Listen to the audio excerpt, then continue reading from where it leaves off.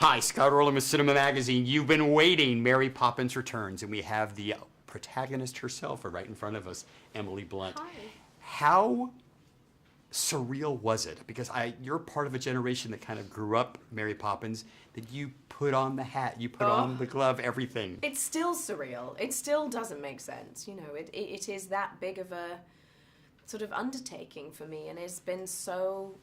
Yeah, I've been consumed with Mary Poppins in my life. She's sort of lived with me for the last few years, and so it's still hard to digest and absorb what's happening, you know, playing this iconic role.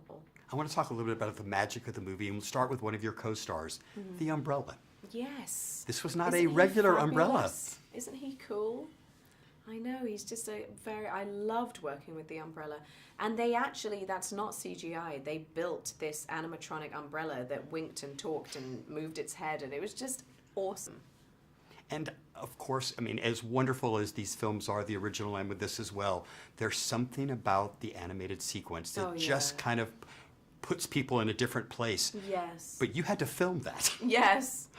Talk a little bit about the artistic challenge. Well, I mean, I'd done green screen work before, but this was like the deep end of green screen, where you're sort of interacting with tennis balls or very small dancers in green screen suits who would then be the penguins. And so it was wild. And you are just, I mean, Rob was very clear. There was tons of previs for us to look at. This is what it will look like. This is what the animation is going to be doing. This is what Penguin will do, as we had the animators there often with us to help us with things like, you know, Lynn had to have a penguin bouncing on his cane, and the animators came in and said, you know what you have to do is, it would be a bit heavier, so you have to show that it's a bit heavier with how, it was just extraordinarily detailed, very meticulous, and great fun, actually.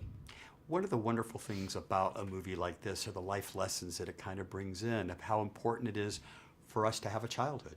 Well, yes, and to maintain that childhood and that childlike wonder as we walk through our adult life, which can be riddled with setbacks and cynicism and hardships. You know, the practicalities of life can get in the way of that optimism. And I think that it's important for us to remember that joy and hope are not things that are trivial. They should try and be infused into your everyday life. That's what she's all about, Mary Poppins. So having two daughters, how do they keep you childlike? Oh, because I kind of rediscover life through their eyes, you know, because they're just so bursting with imagination and joy, and they're at the perfect age where anything's possible, you know.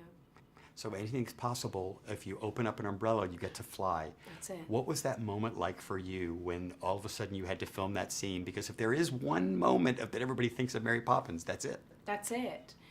I mean, it is, those moments are the kind of pinch me moments and the wake-up call that, oh my God, I'm Mary Poppins. You know, every other scene it sort of becomes like white noise that you're playing Mary Poppins. I was like, well, you know, we're just in it. But I think the iconic nature of the character kind of hit me between the eyeballs in those certain images, you know, that I knew were going to be known to the world. And like, you know, people have such a nostalgic feeling about those images of her arriving with the umbrella or leaving with the umbrella. That's what you think of when you think of Mary Poppins. How high were you? 60 feet. And I am glad Emily Blunt has the ability to do that. As always, such a pleasure. Thank you so much. And this is Scott Orland. Until next time.